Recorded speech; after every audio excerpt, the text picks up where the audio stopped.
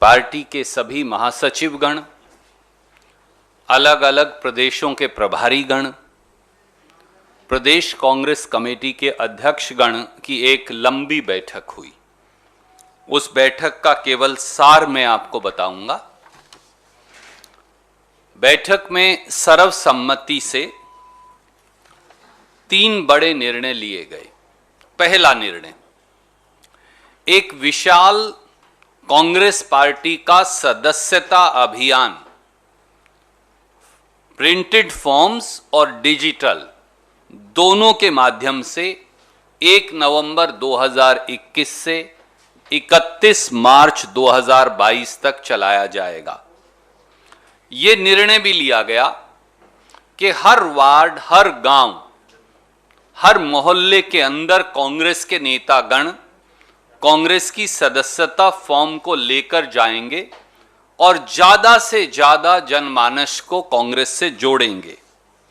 ये निर्णय भी लिया गया कि आज के दिन जब अनुसूचित जाति, अनुसूचित जनजाति, पिछड़े वर्ग, अल्पसंख्यक, महिलाएं सरकार की बेरहम नीतियों की मार झेल रहे हैं, तो कांग्रेस के सदस्यता अभियान को उस पीड़ा से जोड़ा जाएगा और बाकायदा इस बात के लिए जागरण किया जाएगा, जागृति पैदा की जाएगी कि पेट्रोल के दाम, डीजल के दाम, रसोई गैस के दाम, खाना पकाने के तेल के दाम, सब्जियों के दाम, दूसरी खाद्य वस्तुओं के दाम, और जिस प्रकार से अफरा तफरी का अर्थव्यवस्था का माहौल है जिसमें करोड़ों बेरोजगार हो गए हैं और युवाओं के लिए रोजगार नहीं, उसका एक ही सॉल्यूशन है,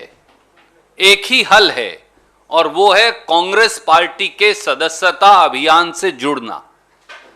कांग्रेस के सदस्यता अभियान से जुड़िए, कांग्रेस की नीतियों से जुड़िए, भाजपा से निजात दिलवाइए देश को और इसे देश का सबसे बड़ा सदस्यता अभियान बनाइए। दूसरा पहलू, जिस प्रकार का नफरत, बंटवारे और एक दूसरे को लगातार छीछा लेदर करने, वो सोशल मीडिया हो जहां मीडिया के साथियों को भी सही बात कहने से गंदी गालियां दी जाती हैं, वो सामाजिक ताना बाना हो जहां एक हिंदुस्तान के एक बॉलर को उसके धर्म के आधार पर प्रताड़ित किया जाता है, वो आम जनमानस हो, अगर वो मोदी जी या भाजपा की नीति पर सवाल खड़ा कर देगा तो उस पर एफआईआर दर्ज करवा महीनों तक जेल के अंदर ठूस दिया जाता है। एक पूरा जो नफरत का वातावरण है, उस नफरत के वातावरण को जिसमें हिंदुस्तान के संविधान और प्रजातंत्र दोनों पर हमला है, उससे लोहा लेने के लिए एक वैचारिक जंग का ऐलान, एक वैचारिक लड़ाई का ऐलान ट्रेनिंग प्रोग्राम्स के माध्यम से कांग्रेस पार्टी ने करने का निर्णय लिया, जिसमें प्रदेश और देश के सबसे बड़े नेता भी शामिल हों और साधारण से साधारण कार्यकर्ता भी शामिल हो। और तीसरा पहलू था एक व्यापक जमीनी आंदोलन। कांग्रेस अध्यक्षा के नेतृत्व में खास तौर से राहुल गांधी जी ने जो बात इस पूरी बैठक में कही, ये निर्णय लिया गया कि केवल एक रास्ता है और वो रास्ता है एक व्यापक जमीनी आंदोलन। कांग्रेस पार्टी ने उसे जन जागरण अभियान का नाम दिया है, एक नई जागृति जनता में पैदा करने का। और 14 नवंबर से लेकर 29 नवंबर 2021 तक पहला चरण इसका हमने लागू करने का निर्णय किया है। दूसरे चरण की घोषणा बाद में करेंगे और उसमें इन सब बातों पर लेकर डूबती अर्थव्यवस्था, जाती नौकरियां, कटती तनख्वाहें, बंद होते उद्योग, लुटते छोटे छोटे दुकानदारों के धंधे, पेट्रोल, डीजल, गैस आम जनमानस की पहुंच से बाहर, खाना पकाने के तेल से लेकर खाना खाने की सब वस्तुएं आम आदमी के बजट से बाहर, इन सब को लेकर एक व्यापक जन जागरण आंदोलन की शुरुआत करने का आह्वान किया और जिसमें सब लोग हिस्सा लेंगे।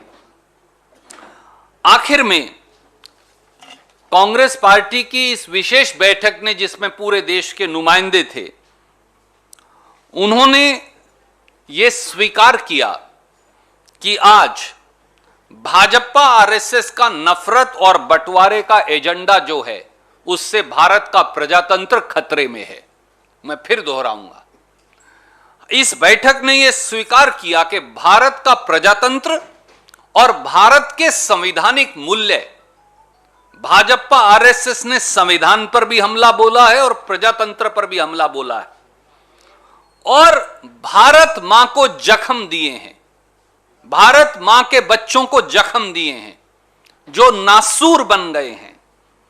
और इन जख्मों को भरने के लिए जो हमारी भारतीय संस्कृति का वसुधैव कुटुंबकम, जो हमारा पुराना सिद्धांत है प्रेम और भाईचारे का, उसके लिए भी निर्णायक लड़ाई लड़नी पड़ेगी।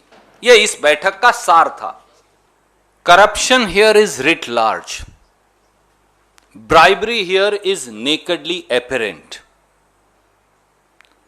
The constitutional oath of integrity is dead. The accountability to people has been buried 100 feet under the ground by Mr. Sawant, his team, and the Bharatiya Janata Party. And the sad part is, the Prime Minister of India was aware of it, but he decided to shoot the messenger instead of punishing the corrupt. Goa is about to go to polls. Led by our in charge, Shri Dinesh Gundu Rao, our PCC and CLP, we will ensure that a government of the corrupt and a government for the corrupt, which is the Goa BJP government, is not only shown the door, but the next Congress government, if the present Prime Minister does not hold an inquiry, will lodge appropriate FIR under the Prevention of Corruption Act and see to it that every single penny looted by the BJP government belonging to Goans is recovered and people are punished. We will also expose them in people's court. The ball today is in Prime Minister's court, and with folded hands we say to you, Mr. Prime Minister, it is your credibility that is at stake.